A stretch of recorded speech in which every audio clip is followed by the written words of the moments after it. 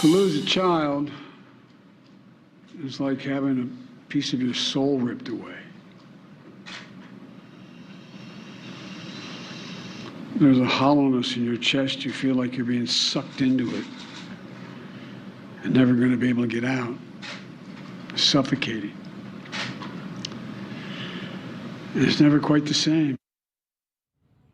A remarkable moment last night from President Biden home from Asia, performing his role that he has not had to yet play as comforter-in-chief of a nation, and specifically talking to the families here who had lost the 19 kids killed. And President Biden has a unique understanding of what it is like to lose a child, both a young child. That happened to him as a young man, just recently married in Delaware with a young family, and it happened to him more recently with his older son, Beau Biden, who died.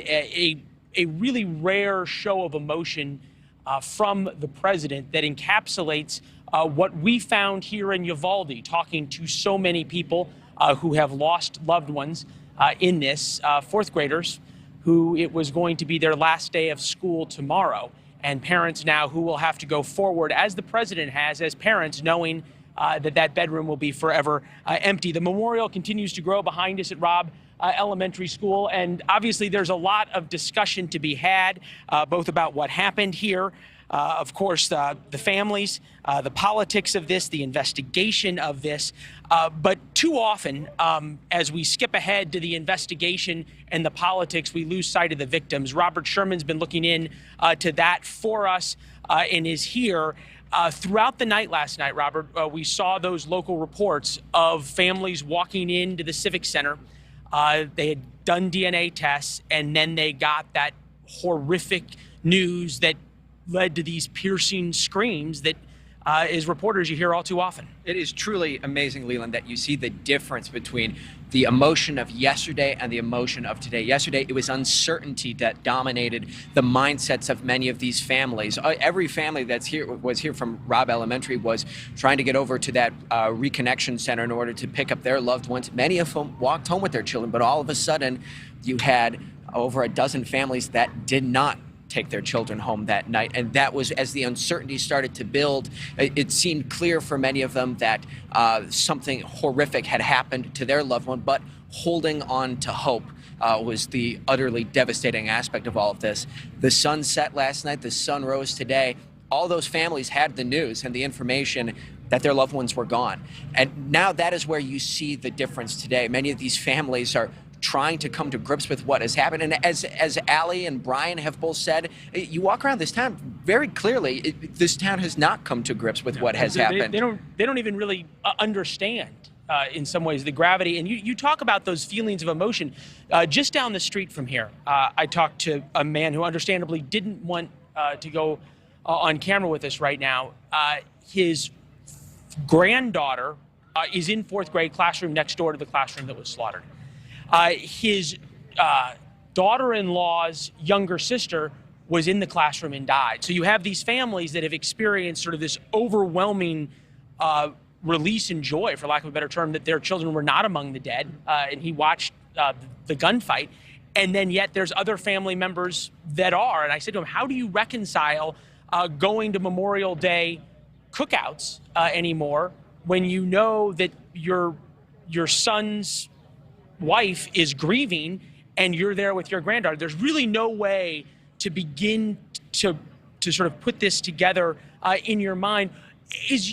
We've gone around this town. Has the grief yet turned to anger? We have not seen a lot of anger here in the town so far. There have been a few people that, especially when over at the governor's press conference a little bit earlier today, we did see people really speak out and voice their frustration to this whole situation. But for the most part, especially when it comes to the families that have been here, they've struck a very somber tone to this point. And again, just trying to put together the pieces of what has happened. To your point, Leland, that idea of, you mentioned the family member of, a loved one and just one classroom next door. We actually spoke to a woman who her child didn't even go to this school, actually homeschools her children. And she says, I feel guilty This is a town of 16,000 people. There are a finite small number of children that are in this community. Many of them interact with one another. They cross paths quite consistently. And her child was safe. Her child was home that night. That woman also said something else interesting, that she was considering bringing her child back into the public school system, wherever that may be. Now she's questioning that. So even the families that still have their loved ones with them, they are thinking about this incessantly. And how can you not? It's important to understand what this town of Uvalde is. We're really 2 hours from anywhere, 2 hours from San Antonio and 2 hours to the border. And it's this little enclave. And where we talked with Allie is that there's a lot of the law enforcement, the federal law enforcement, that works down on the border, a lot of military families here, mostly Hispanic, that moved here and love living here because of how safe it is, because it is this sort of quintessential and Pleasantville feeling. Over the past couple of years, they've been overrun with migrant chases of illegal immigrants run up here by coyotes and by smugglers. And there have been a number of police chases that have ended just around in this area. The mayor and I did a number of interviews about that. And initially, that's when everyone thought this was. And I asked the man who lived down the street, I said, when you first heard gunshots, what did you think? He says, oh, I didn't think it was a big deal. I've heard them so many times with shootouts with Border Patrol. And that we don't know yet at this point. But part of the investigation will be, will that initial confusion that always happens, how did that play into what happened here? You've been here really since a couple of hours maybe into this, really when it was still a very fresh scene. How are you watching the emotion in the town evolve, especially as it relates and you look at law enforcement? Well, you know, what I would say is that it's completely inescapable. You go to the gas station, and the first thing we see is people talking about this. We, walk to the local library, and people are talking about this. So the emotion is very pervasive here, and people can't escape it. But especially with the size of this town, and we talk about this, Leland, and we've said this a few times. Just about everyone we've spoken with is 1 or 2 degrees removed from this incident that happened behind us. They either know somebody personally who was inside the building, or they know somebody who knew somebody. What's going to come out in the next couple of days, and we will see this, and obviously you'll be here to report on it in depth, is the individual stories of the children. And I think about the one that I just heard. She was in 4th grade, obviously. She was a soccer player. She loved playing soccer, saw a lot of pictures of her playing soccer, and the story about how much she loved school, which is what our colleague Brian Enton was talking about. Governor Abbott saying that a number of the kids in this class had been given perfect attendance records, only now to never be able to go to school again. There is a protective nature that I've noticed here, in that oftentimes when you're at school shootings and in these situations, you are seeing the families openly grieve, and we're not seeing that here. The community has closed around them almost instantly. In a city that has only 5 elementary schools, maybe that doesn't come as a surprise. And that is, once again, a complete change from last night. Because again, remember, there was a lot of uncertainty, and the mindset of many of these families was, I want to know where my child was. If you've seen them anywhere, please let us know. Now that this reality has set in, and we've seen the social media posts, we don't want to talk to anybody.